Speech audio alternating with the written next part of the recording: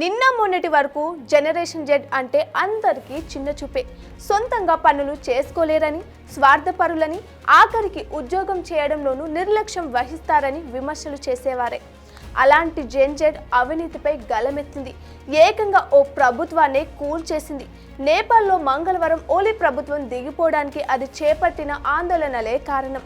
భద్రతా దళాల కాల్పుల్లో 19 మంది మృతి చెందినా లెక్క చేయకుండా ఏ ప్రతిపక్ష పార్టీని తమ పక్కన చేర్చుకోకుండా జెన్ జెడ్ పోరాడింది. విద్వేషపూరిత ప్రసంగాలను, నకిలీ సమాచారాన్ని కట్టడి చేసేందుకు సామాజిక మాధ్యమ సంస్థలు తమ దేశంలో తప్పనిసరిగా రిజిస్టర్ కావాలని, అవసరమైన పన్నులు చెల్లించాలని గత నెల 17న నేపాల్ సుప్రీంకోర్టు తీర్పునిచ్చింది. అనంతరం ఆ సంస్థలు తమ దేశంలో కార్యాలయాలను తెరవాలంటూ నేపాల్ మంత్రివర్గం గత నెల ఓ తీర్మానాన్ని ఆమోదించింది.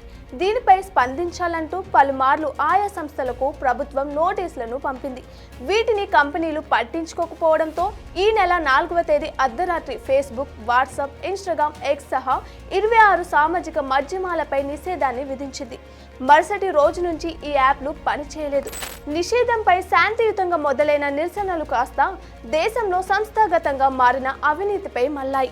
జెన్ జెడ్ సోమవారం దేశవ్యాప్తంగా నిరసనలకు పిలుపునివ్వడంతో పరిస్థితి ఒక్కసారిగా మారిపోయింది. స్వతంత్ర స్వరం మా హక్కు, పన్ను చెల్లింపుదారుల సొమ్ము ఎక్కడికి పోతుంది, అవినీతిని ఆపండి, సామాజిక మాధ్యమాలను కాదు అంటూ 26 ఏళ్ల లోపు వయసున్న యువత ప్రభుత్వానికి వ్యతిరేకంగా రోడ్డుపైకి వచ్చింది. రాజధాని కాథ్మాండులోని పార్లమెంటు వద్ద వందల మంది యువత నిరసనలు చేపట్టింది.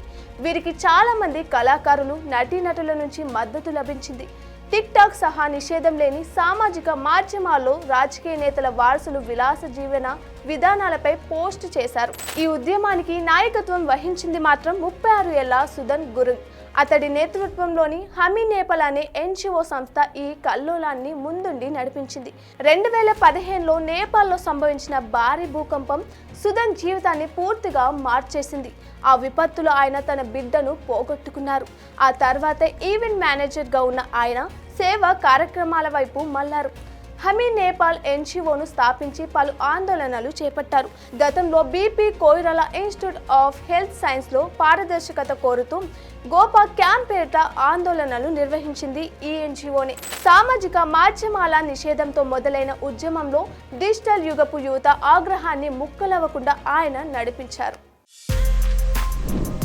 For more videos like this, subscribe Big TV channel.